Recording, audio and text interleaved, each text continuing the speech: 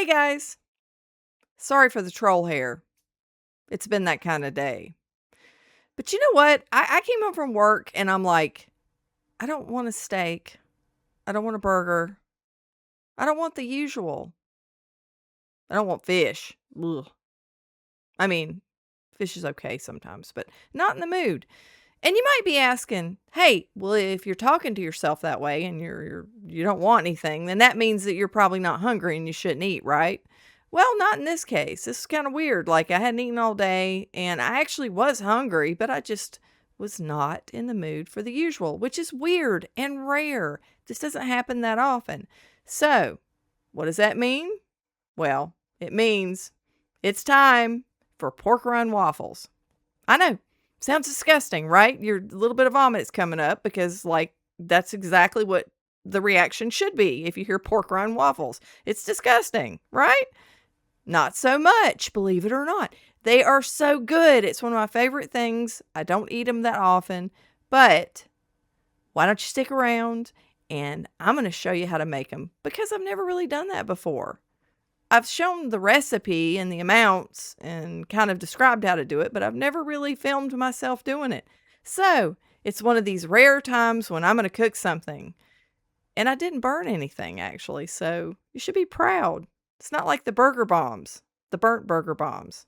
That was a disaster. So why don't you stick around and watch me make my pork rind waffles right here on Black Box Warning.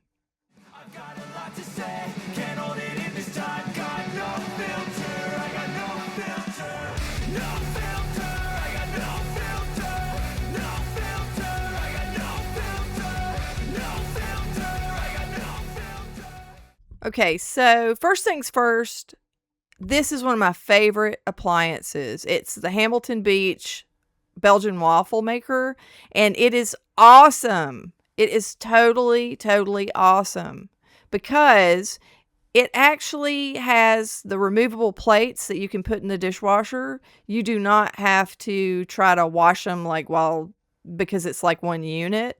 So I mean, honest to God, like I have had this thing for probably, I don't know, 12 years or something like that. And I would be so sad if anything happened to it. So definitely check it out. I think these are about, I don't know, it was about $50 or something like that, but well worth its weight because it is an amazing waffle maker. I can't imagine making waffles anything else. I really can't. So anyway, I heat this up and I think I've got it on maximum setting. So our first ingredient, pork rind crumbs, of course, because that's the star of the show here.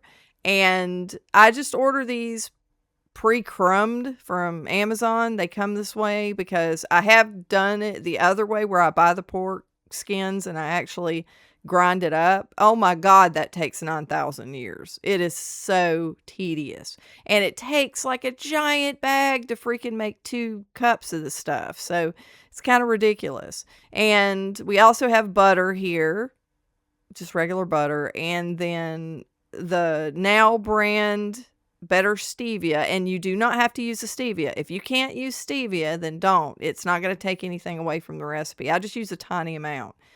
Then we have the eggs. Now, in this case, I'm using 6 they're kind of little eggs, so I'm using 6 of them. But if you have normal size eggs or they're a little bigger, you can use 5. That works about right. And what I end up using of the butter, just to tell you, now what you see me do is a little less, but I'll use about 3/4 of a stick of butter in this, melted inside the batter. So you'll see me making it, and I actually had to melt some additional butter than what you see me actually measure out. So just be aware that for 5 or 6 eggs, I'm going to use 3/4 of a stick of butter. So that's what I ended up doing in the end. Also, I have the almond extract, pure almond extract. Now, that's just me. I just add a little bit because it gives it a good flavor. But again, if you don't want the almond extract, you don't have to add it either.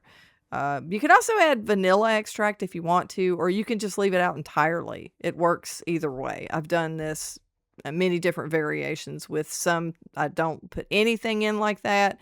Some I don't put any stevia in. So either way, it turns out good, but there's not that many ingredients for this. And then the best thing to use to blend it, in my opinion, is a bullet. So I've got this that's it, just a bullet. Put everything in a bullet, blend it up, and then you're gonna put it in your waffle maker, so first I add the eggs to the bullet, and I mix those. I get those blended first. Then I'm going to melt my butter, and you can see here that I have about 5 tablespoons that I was melting, but I added a little bit more because I just didn't cut it to the right amount, so just ignore that, and know that I used 3/4 of a stick, so you add 3/4 of a stick, and what I do is I put it in the microwave and I melt it, and you have to let that cool down, and in this case, like, I think it was a little bit warm, but I had a way to add it so that it didn't screw everything up, because when you're adding hot butter to the eggs, you can really mess them up.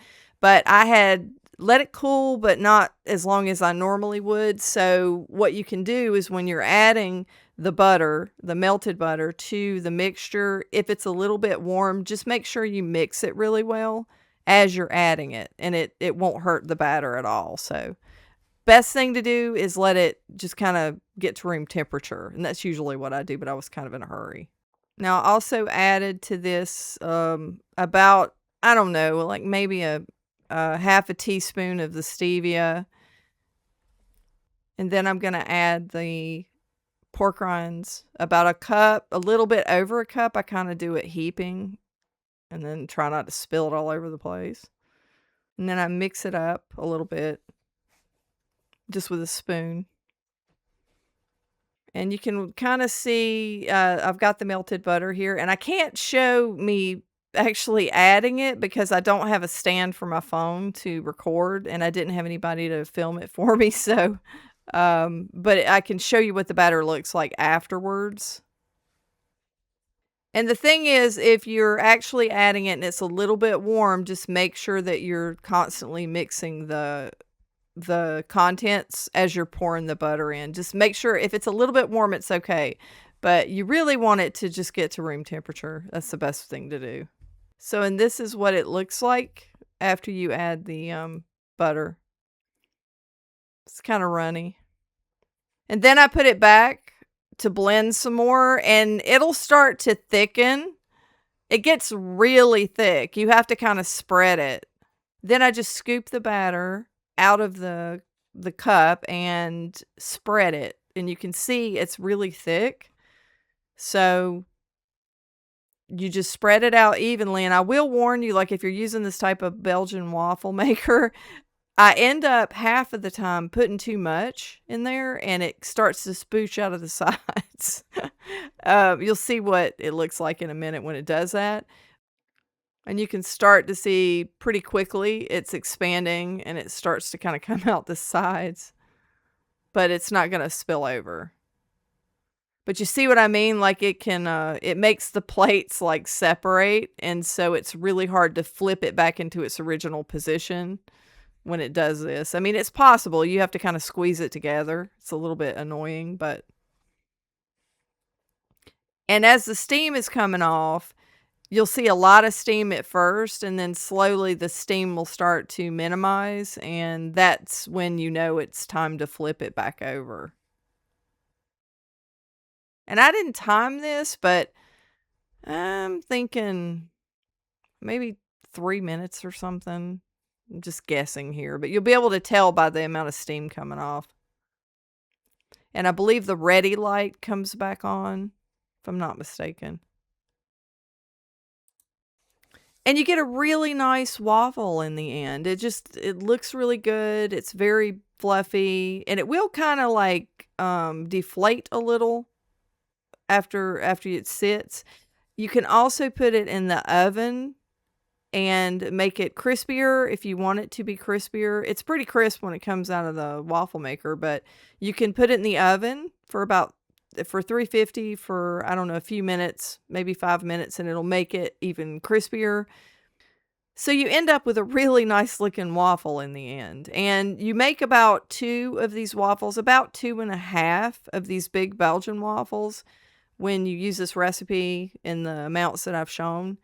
And Another thing you can do with this, which I think is really good, is you can actually make sausage or bacon or whatever and eggs, and you can make a breakfast sandwich out of this. You can cut these up into little rectangles or whatever and use those to make little breakfast sandwiches that you can, I don't know, take to work and stuff. And that's really neat. Like when you're able to have something that's similar to like a bacon, egg, and cheese biscuit, like the way you used to eat things, and it tastes a lot like that. It's just something very different. Because normally, like I said, I don't miss eating things like this, but once in a while, I just get in a mood, so and I didn't make a breakfast sandwich with this. I just made the waffles themselves, but I kind of wanted to just show you what it looked like to actually make it and not just show an image of something. So, because when you're making stuff like this, you would be making things and you're like, well, I don't know, is the batter too thin? Is it too thick? But when you see what it actually looks like and then how it turns out, it's easier to make the recipe. So I hope this has been helpful for you guys, or I don't know, it gives you something that you can try that you might like, because if you're like me, once in a while, you just need something kind of different.